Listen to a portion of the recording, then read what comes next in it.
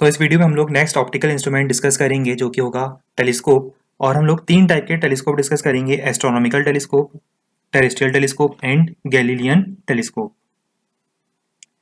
चलिए सबसे पहले स्टार्ट करेंगे एस्ट्रोनॉमिकल टेलीस्कोप से।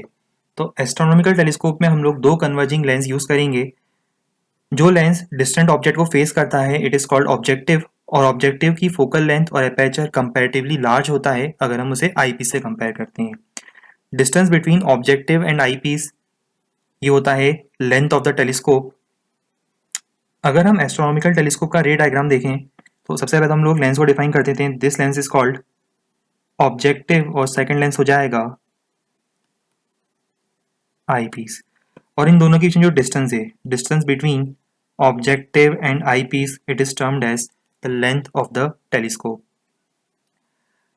अब इस रे डायग्राम के हेल्प से आप लोग टेलीस्कोप के लिए, एस्ट्रोनॉमिकल टेलीस्कोप के लिए फाइनल मैग्नीफाइंग पावर और लेंथ का एक्सप्रेशन आप लोग डिराइव कर सकते हैं।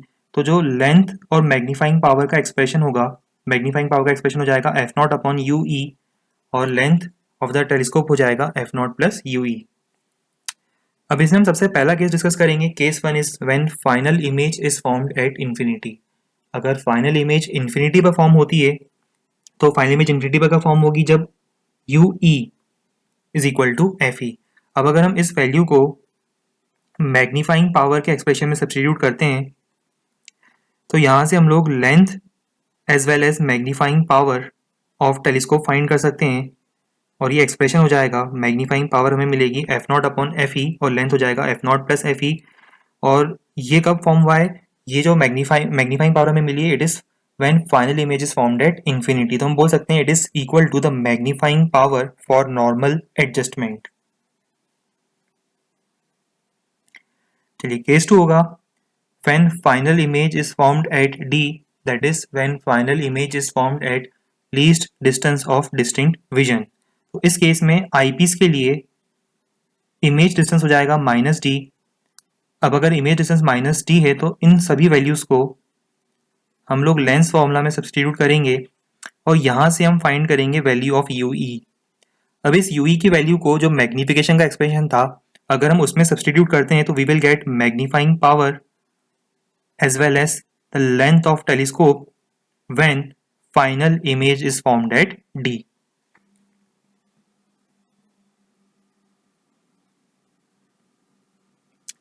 चलिए अब इसके ऊपर आप लोग एक प्रॉब्लम ट्राई कर सकते हैं। एक बार प्रॉब्लम को रीड कीजिए, रिवीजन के फॉर्म में इस प्रॉब्लम को रीड कीजिए और वीडियो को पॉज करके इस प्रॉब्लम को ट्राई करना है आपको। और ट्राई करने के बाद इसका सॉल्यूशन और इसका जो आंसर है उससे आप इसको कंपेयर कर सकते हैं, आपके सॉल्यूशन और आंसर को कंपेयर कर सकते हैं।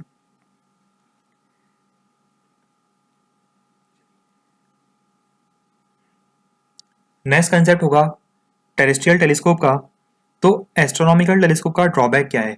जो फाइनल इमेज फॉर्म होती है in case of astronomical telescope, it is inverted. अब अगर हमें इस डिफिकल्टी को रिमूव करना है तो हम लोग क्या करते हैं, कन्वर्जिंग लेंस जिसकी फोकल लेंथ एफ होती है उसे हम लोग ऑब्जेक्टिव और आईपीस के बीच में प्लेस करते हैं। तो मैग्निफिकेशन सेम होगा, मैग्नीफाइंग पावर का एक्सप्रेशन सेम होगा, बस वहां पर मैग्नीफाइंग पावर नेगेटिव होती थी। रीजन बीइंग क्या होता था, इमेज जो होती थी वो इन्वर्टेड थी। यहाँ पर मैग्नीफाइंग पावर हमें पॉजिटिव रिपोर्ट करना है, +5D +6D जो भी वैल्यू होगी it will be reported as positive. और लेंथ का एक्सप्रेशन भी आप देखेंगे बिल्कुल सिमिलर है, बस यहाँ पर हम लोग एक टर्म ऐड कर देंगे 4f। ये टर्म 4f हम लोग क्यों ऐड कर रहे हैं, क्योंकि यहाँ पर जो लेंथ है, ये जो 4f का डिस्टेंस होगा, इस इमेज को हम लोग फिर से इन्वर्ट करते हैं तो ये जो डिस्टेंस होगा 4f, ये हम लोग लेंथ ऑफ द टेलीस्कोप में एक्स्ट्रा ऐड कर देंगे और ये हो जाएगा करेक्टिव लेंस जिसे हमने यूज करा है। ये लेंस है करेक्टिव लेंस जिसके हेल्प से हम लोग क्या कर रहे हैं, फाइनल इमेज जो है हमें इरेक्ट मिलेगी। चलिए नेक्स्ट टेलीस्कोप जो होगा इट इज गैलीलियन टेलीस्कोप। और यहाँ पर हम लोग दो लेंस के हेल्प से इरेक्ट इमेज फॉर्म कर सकते हैं। इसका बस मेन बेनिफिट जो होगा वो ये है कि हम लोग यहाँ पर दो लेंस के हेल्प से हम लोग इरेक्ट इमेज फॉर्म कर सकते हैं। यहाँ पर जो ऑब्जेक्टिव होगा उसके लिए हम लोग यूज करेंगे कॉन्वेक्स लेंस, और जो आईपीस है उसके लिए हम यूज करेंगे कॉनकेव लेंस। अब यहाँ पर आप एक्सप्रेशन डिराइव कर सकते हैं, फाइनल एक्सप्रेशन फॉर मैग्निफिकेशन। इस रे डायग्राम के हेल्प से जो फाइनल एक्सप्रेशन आता है मैग्नीफाइंग पावर का वो होता है F naught upon P prime E and length of telescope is F naught minus P prime E. ये पी प्राइम ई जो है ये कॉन्केव लेंस से ये जो इमेज फॉर्म हुई है, फर्स्ट इमेज जो फॉर्म हुई है, इसका डिस्टेंस होगा।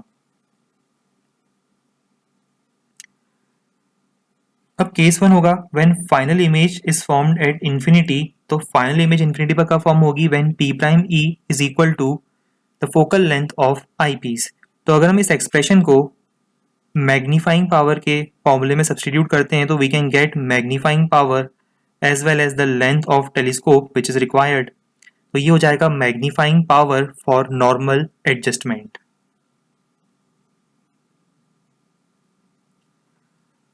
Case two, when final image is formed at D. तो इस केस में हमें मैग्निफिकेशन ज़्यादा मिलेगा, एंगुलर मैग्निफिकेशन ज़्यादा होगा, और इस केस में हम लोग आई पीस के लिए, क्योंकि हम चाहते हैं आई पीस के लिए कि फाइनल इमेज आई पीस के हेल्प से कहाँ बने? डी पर बने। तो अब इन सब वैल्यूज़ को अगर हम लोग लेंस फॉर्मूला में सब्सटीट्यूट करते हैं तो यहाँ से हम लोग क्या फाइंड कर सकते हैं? यहाँ से हम लोग पी प्राइम ई की वैल्यू फाइंड कर सकते हैं, और अगर हम इस वैल्यू को अगेन मैग्निफिकेशन के फॉर्मूला में सब्सटीट्यूट करते हैं तो we will get magnifying power, और साथ में हम लोग ऑब्टेन कर सकते हैं लेंथ ऑफ टेलीस्कोप। अच्छा, ये जितने भी फॉर्मूले हम लोग यहाँ पर लिख रहे हैं, जैसे ये दोनों फॉर्मूले हैं, इन दोनों फॉर्मूलों को यूज करने के लिए we have to use proper sign convention, और we have to apply proper sign convention. और अब ये जो नया फॉर्मूला मैंने लिखा है लेंथ का, सेम एक्सप्रेशन है। अगर आप लोग साइन कन्वेंशन अप्लाई नहीं करते हैं, आप सिर्फ मैग्नीट्यूड वाइज एफ ई लिखते हैं, तो आप ये फॉर्मूला अप्लाई कर सकते हैं। और अगर आप साइन कन्वेंशन यूज करेंगे तो आपको ये फॉर्मूला अप्लाई करना है। और आईपीस की फोकल लेंथ क्या होगी? आईपीस की focal length by default negative होगी। क्यों? क्योंकि वो कॉन्केव लेंस था।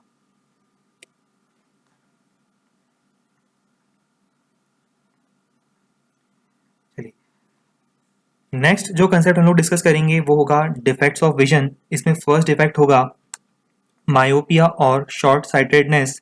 तो इस डिफेक्ट में क्या होता है? Person is unable to view distant objects clearly. और इस डिफेक्ट में जो फाइनल इमेज फॉर्म होती है, it is formed in front of the retina. और आप रीजन देख सकते हैं, यहाँ पर मैंने रीजन भी कोट करा है कि ये डिफेक्ट जो होता है वो किस रीजन से होता है। ये देखिए, डिफेक्टिव आई के लिए जो फाइनल इमेज फॉर्म हुई है डिस्टेंट ऑब्जेक्ट की, फार अवे ऑब्जेक्ट की जो इमेज फॉर्म हुई है, it is formed in front of the retina.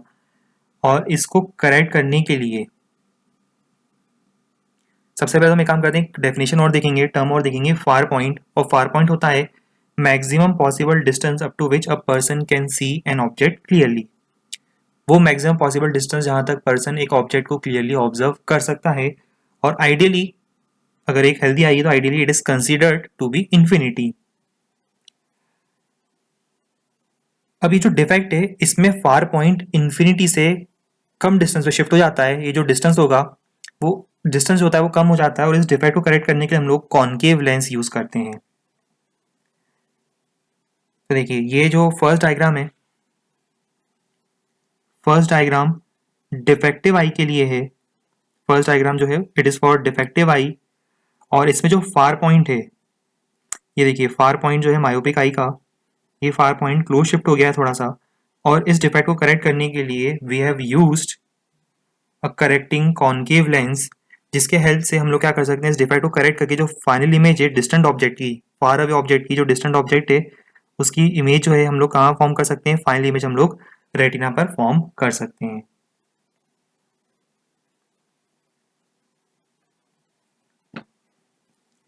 चलिए, इसके ऊपर रिवीजन के फॉर्म में आप लोग एक क्वेश्चन ट्राई कर सकते हैं। क्वेश्चन ट्राई करने के बाद इसका सॉल्यूशन भी मैंने प्रोवाइड किया है।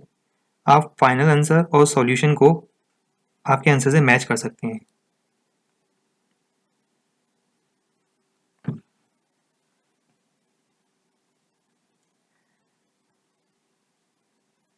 सेकेंड डिफेक्ट होगा हाइपरमेट्रोपिया और लॉन्ग साइटेडनेस।